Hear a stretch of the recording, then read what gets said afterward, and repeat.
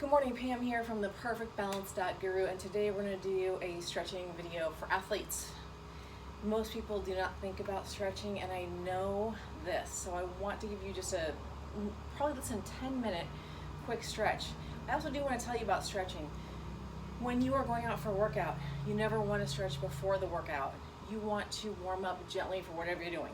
So you're going out for a run, your first mile is just going to be a little bit slower. If you're going to play soccer, you're just warming up with your soccer drills.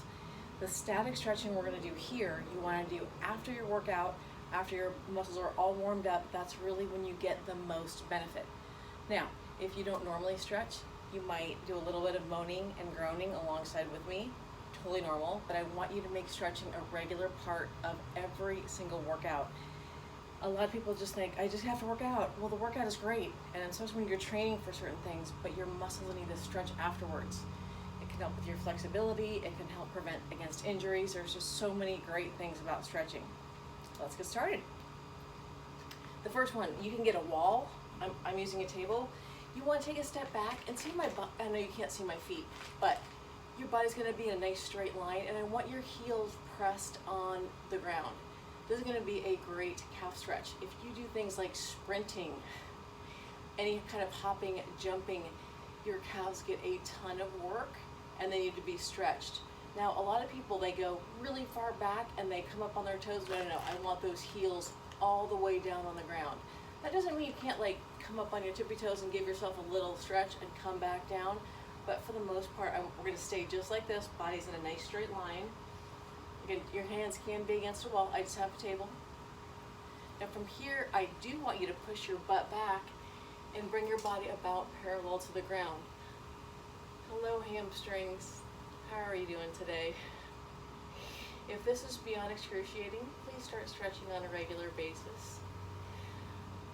All the weight is back in your heels, and I want you to press away from the table or from the wall. And breathe for me. Okay, now to get more of your hamstring, you can leave your leg on the ground.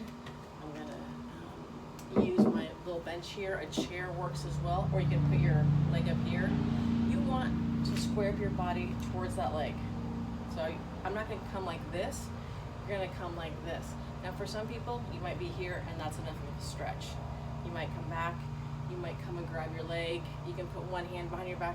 No matter what though, I want your body in the same line as that leg, and you should feel it all along the back part of your leg. You can also do this one on the ground. But if you just got done working out, you're probably still breathing hard and kind of sweaty. I would always say stand up until your breathing is back to normal. If you get down and stretch and then get back up too quickly, you might get a little lightheaded, and definitely do not want that. Okay, we're gonna switch sides. And again, some people, this might be a stretch, this might be enough. A little bend in that standing leg. You're hinging just from the hips, just a little bit forward. You can reach, you can do both hands. Both hands gonna give you actually probably a bigger stretch. One hand, whatever works best for you. I just want you to feel a beautiful stretch along that back of your hamstring. Hamstrings are so tight for a lot of people. You cannot stretch that hamstring enough, but only after the workout, not before the workout. If you're lifting weights, you know what a good warm-up is? Body weight exercises. So if you're going to do heavy squats, deadlift, lunges, a great warm-up would be 10 squats, 10 lunges, 10 push-ups, body weight only, a couple rounds of that before you add weight and start lifting heavy. So think about whatever workout you're doing. Let's come on up. And I want you to hold on to the table, hold on to the wall if there's a wall there. Bring one foot back in your hand and come to the side. Don't do that, don't hop please while you're holding your leg. Bend your standing leg, and you're gonna bring that stretch. You should feel that in your quad. Think about whatever you're doing for your workout, and a lesser version of that is always going to be the perfect warm-up. You don't want to do this while you're warming up because your muscles are not warm, and you could actually increase your risk of injury if you stretch while your muscles are not warm. And if this feels like the longest 10 minutes of your life, I'm sorry. But the more you do it, the easier it'll be and the better it will feel. It will not feel so torturous. Let's switch. And if this whole thing felt really great, you can start over and do it again. If you're not holding on to anything, standing up nice and tall, keep those knees together. A lot of times people come out to the side like this and they're gonna fall over just like that. And that's not gonna do anything for your leg. We wanna work on that quad. Quads work so hard in lifting, in running, pretty much everything you do. Not as tight as the hamstring, but you wanna balance out your stretching front and the back of your body. So, I'm sorry, you're super tall. When you're standing up, shoulders in line with your hips, in line with your feet. If you need to hold on to something, totally okay to do.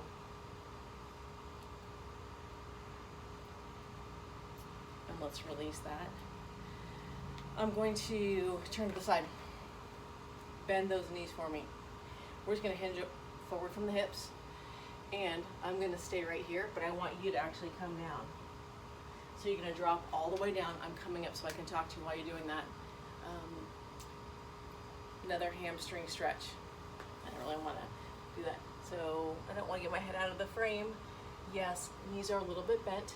You can grab onto your calves, your hamstrings. You can go and touch your toes. And I want you to breathe. Please don't purse those lips and not breathe. Ideally, your head's down like this. Stay there, don't come up yet. I just don't want to be in that position and not chat with you. Because that's rude. Okay, come on up. Shake everything out, shake everything out. Now, if you have, say you did some heavy lifting and your inner thighs are a little bit tight, you're gonna take a step out, just wider than hip width apart, and you're gonna come down and you're gonna reach down towards the ground and reach up. Now, if that hurts your neck, you can look straight down. You don't wanna do what I'm doing, look at the camera, that's bad. But you wanna look down, and you should feel that right in your inner thigh. Stay there, don't come up yet. Stay there, and switch. So you're gonna look up and reach up, or you're looking down, but just that twist should be a great stretch for your inner thighs. Stay there, don't come up yet. Even though I'm coming up, don't come up yet. Okay, come on. Now if you have a table, great. Chair works, back of the couch works. You're gonna come and put your leg, now this might be kind of challenging for some people. If your knee doesn't come all the way down, that's okay. You're going to lean forward. Now, for some people this might be enough. You should feel this in your glute and in your hip. The more flexible you are, the more often you stretch, you might be able to come lower and lower. You might even be able to come all the way down. Different for everybody. This might be totally enough. Your glute, if you're doing a lot of squats or lunges or even a lot of sprinting, gets worked a lot. This is a great stretch for that glute and that hip. You can do this on the ground as well. I find it really, if you're not super flexible, it's really good to do against the back of a couch or a table like this.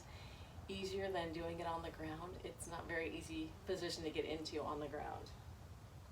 And let's switch. Almost done, almost done. Again, do not feel bad about yourself if you can't get your knee all the way down. I have been stretching for many years, so I'm very flexible, and I do stretch after every single workout. That is my rule of thumb. I do it every single time. I like the way it feels. My muscles are happy when they're stretched out. I very rarely get injured, and I know a lot of it is because of my stretching routine. That doesn't include getting hit by a car, which happened for no other reason than I was in the wrong place at the wrong time. I'm hoping by all this talking, you're gonna not feel how amazingly uncomfortable this is in your glute, because this is really gets in the meat of your glute, which is not comfortable but needed, so needed. Okay, let's come out of that. I want your hands behind you. Let's just do a couple upper body. I want you to tuck your chin into your chest. Breathe deeply and bring those arms up. You might hear some snap, crackle, popping, totally normal. Anytime you do any kind of chest work, pull-ups, push-ups, push-ups, chest press, any kind of arms is a great stretch for that. Oh my gosh, around your shoulders and your back.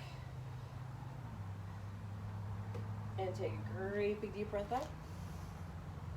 And bring it out.